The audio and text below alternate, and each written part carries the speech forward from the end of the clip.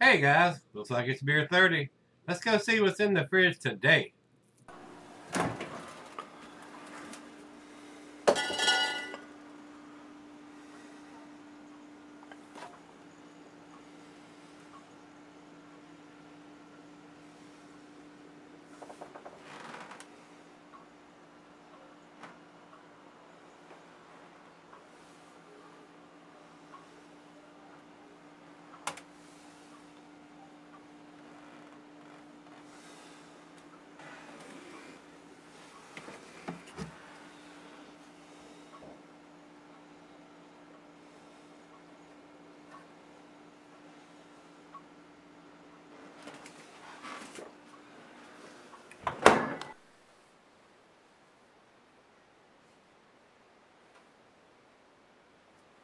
Hey guys, thanks for stopping by Gregsbeerreviews today.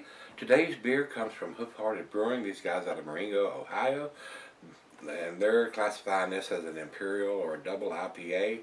On the can, they're calling it a triple. That is not a technically recognized class in the beer the beer judging class of how all the beers are arranged. There is technically not a triple IPA style. Once you get above like 8.5%, they get into the imperial doubles, and it goes all the way up here. Even if you're brewing a 20% double or imperial IPA, it's still considered an imperial or a double. Even though a lot of breweries, once you get above 10%, they'll call it a triple. But it's not a recognized beer judging class for a triple or a triple IPA anyway.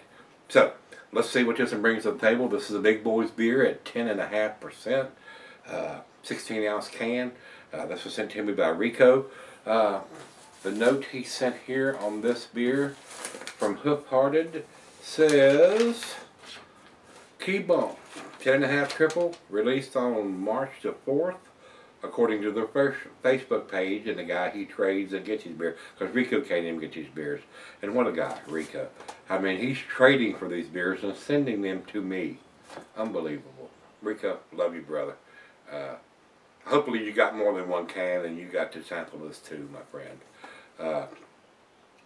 And you shouldn't have to go to their Facebook page or their website to find out when the frickin' brew was put in the can or the bottle.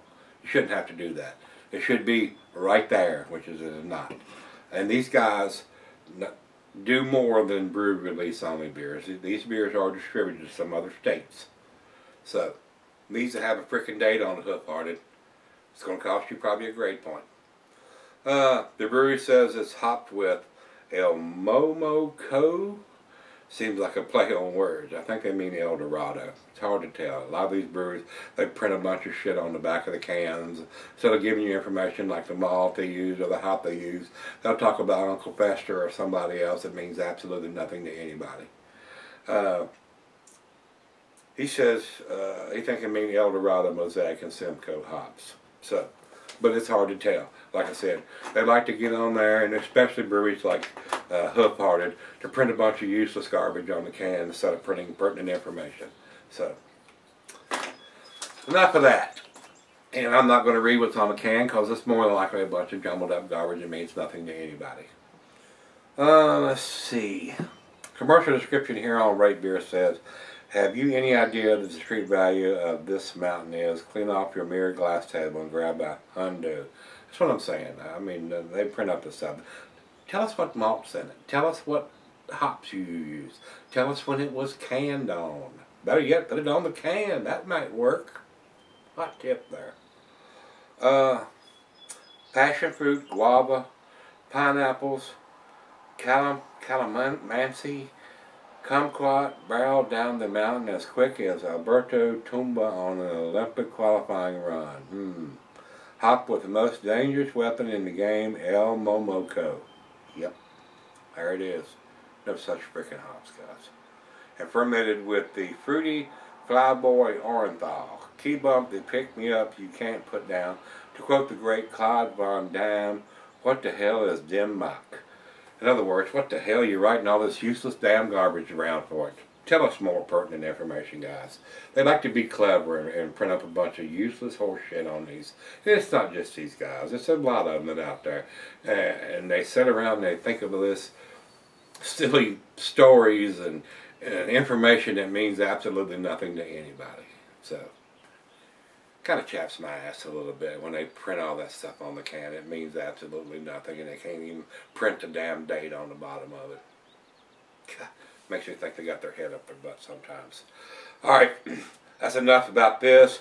I don't have the IBUs, and these clowns that Hoof-hearted want to keep that kind of shit a secret. So I do like their beers, but I got a bone to pick with them about the information they print on the cans and not put a date on it. They want to print a bunch of useless shit without putting the date on it. That's what I want to see. Put the can date on it. That may be a good thing to print on the can other than what Uncle Fester's been doing. Alright, I don't think there's anything else to talk about. We don't have the IBUs. It's a 10.5%er. And they got some clown on skis on the front with some pink flamingos on there. But it is a silver can and with a stick-on wraparound label, so they have spent a lot of money on getting a specialized can printed up. So that's the way it should be done, and put the contents in there. But spend your money on what's inside the silver can instead of a fancy printed up can already without just being able to just put a stick-on label on it and be done with it. But they do need to start dating their stuff, guys, because it is distributed other than Marengo, Ohio. Alright, let's go. And they do some juice bombs that are really, really tasty. So, I don't know if this is or not. Don't think I've had a triple IPA and a juice bomb. So let's see what this brings to the table. It looks kind of cloudy coming out. Cuisine is barbecue, cheese and pepper, Monterey, pepper jack, sharp blue cheddar, your pungent cheeses, gorgonzola and Limburger. The meat is game, grilled meat and salmon, snifter tulip, oversized wine glass. I've got my favorite snifter. And of course it's 10.5%. These clowns over at fucking Beer Advocate want to say you can sell it. Drink your IPAs, double IPAs, triple IPAs, fresh. Unless it's a boozy beer and you want a little more maltiness to it and let it sell. This beer is 10.5%. It's going to keep for a long time as far as the alcohol is. But the hops are going to fade over time, guys. So if you want something and get what the brewer intended, something nice and hoppy, drink them fresh. That's bottom line, really. Looks pretty cloudy. Looks like a lot like a juice bomb. Looks like an unfiltered beer. And these guys have been doing a lot of juice bombs. A lot of breweries have. This is the latest fad, the juice bombs. So, looks like almost like grapefruit juice. It's not as orange as a lot of them are. It's a little lighter like grapefruit. I can see a little bit of light through here, but it is still kind of cloudy down there. And through the big bowl part, I have absolutely no light. But it looks more like grapefruit juice than it does orange juice. About a finger or so of head, and it's dissipating now. So let's get a nose on it. And to be honest, I'm getting some grapefruit. Man, it smells a lot like grapefruit juice. Citrusy. Pineapple, oranges, maybe some mangoes, but it seems to me the grapefruit is standing out more, and that's what it looks like. It looks like grapefruit juice. And it smells like grapefruit juice. So let's dive in and see what we got. Cheers, everybody. Cheers, Rico, my brother. Love you, brother.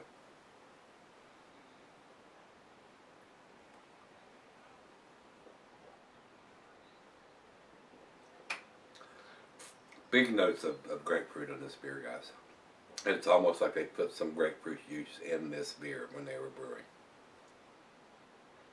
Well, very tasty.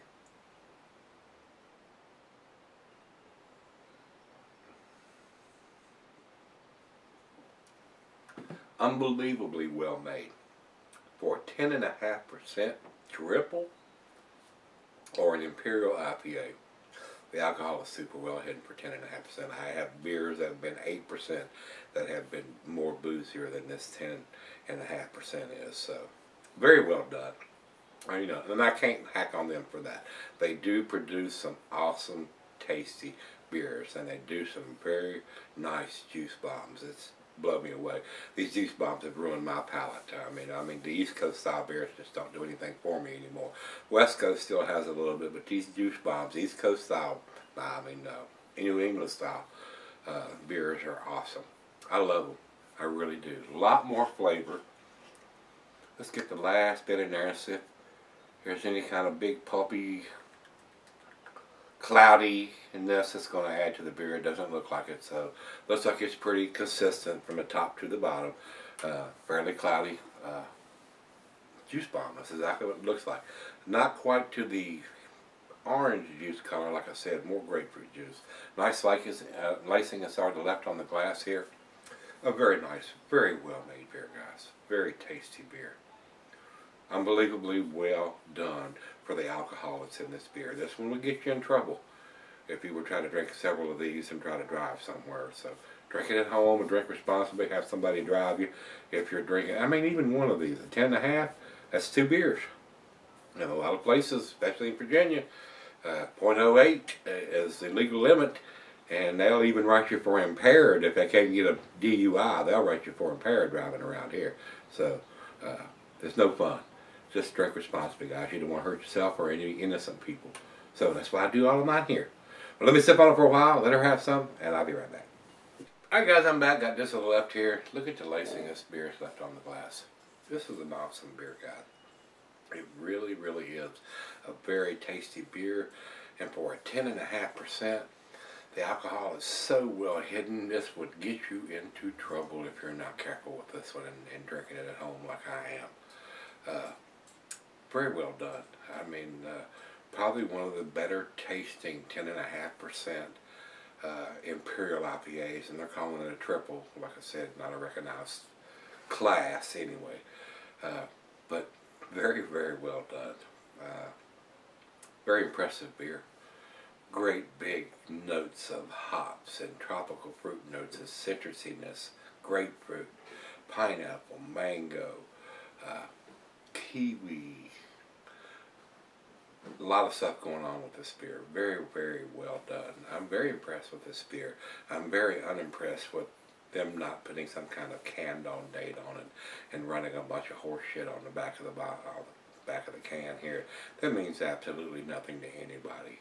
And having to go to their website or their Facebook page to find out any information about it is bullshit as far as I'm concerned. So they could do better. Let's do the final chug on this one. Big time grapefruit nuts on this beer. I mean, the grapefruit is just off the chain on this, guys. It smells just like grapefruit juice to me. I mean, if I was blindfolded, I'd say, that's grapefruit juice. Because I don't get any alcohol on the nose for a 10.5% monster beer.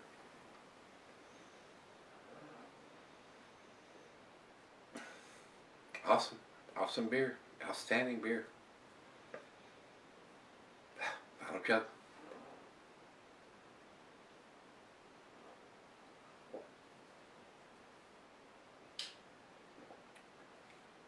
So smooth.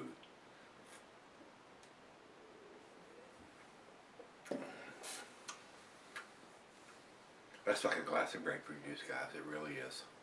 And 10.5%, that'll put you in the hammer lane pretty quick. In my opinion, this is my opinion now, guys. I mean, people criticize me for saying this or that, or grading it for this or grading it for that. My opinion, this is a 10 beer in a 9 can. And that's why I'm going to grade it.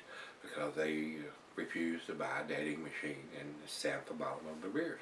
Because it is distributed. This is not a brewery-only release as far as I know. I've had subscribers say, oh, this is available in my area and available here.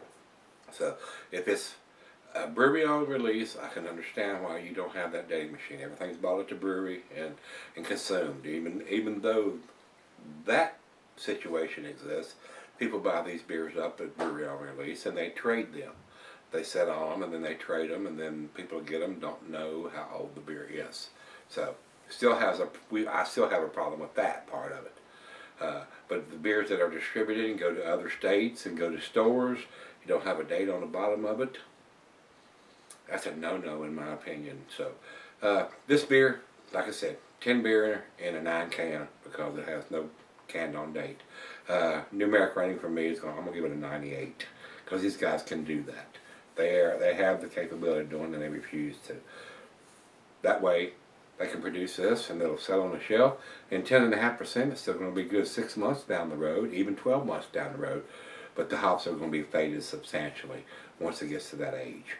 So these guys need to step up to the plate and start dating their cans. So that's where I'm putting it. Beer Advocate has it at 88. I'm 10 points above that. I think it's much better than a B plus beer. It's an A plus beer in an A can. So over to Rate Beer. Rate Beer has no score. They don't have 10 people. Let's see how many people have commented. 1, 2, 3, 4, 5. So they're only halfway. They need 10 people to comment on this beer before they'll post a rating on it. And for our final check-in, we're running over to Untapped. Untapped has it at 4.46. Awesome numbers from those guys. There's only been a couple of beers that I've seen that have a better grade than that. So that's definitely in their A to A plus category. But I'm not going to give it an A plus unless it has a date on the bottom of it. It's got to have that canned on date or a bottled on date, whatever the case may be, to get that grade from me. Especially if it's not a brewery only release. And somebody may post, so this particular one was only a brewery only release. It may be. And I may be hacking on them for no reason if it's a brewery only release. But if it's distributed, and I don't know. Like I said, I can't get these beers from Hoof here in Virginia. I don't know which ones are distributed and which ones are only brewery only release. But in my opinion, like I said, when they're bought up and they're traded, we still want to see that without having to go to their website or their Facebook page or whatever. Put it on the can. You ain't got to do all that on social media. So, I love this beer. It's very, very tasty. If it was here and it had a date on it, I would buy it. So, that's where I'm going to leave it. If you've had this from Hoof, their Key Bump, they're calling it their triple IPA, but it's an imperial or a double IPA. Because triple is not a recognized style. So if you've had it, let me know what you think, guys. Come on back tomorrow. Let's see what's in the fridge. Hope it's just as tasty as this one. Come back tomorrow. We'll find out.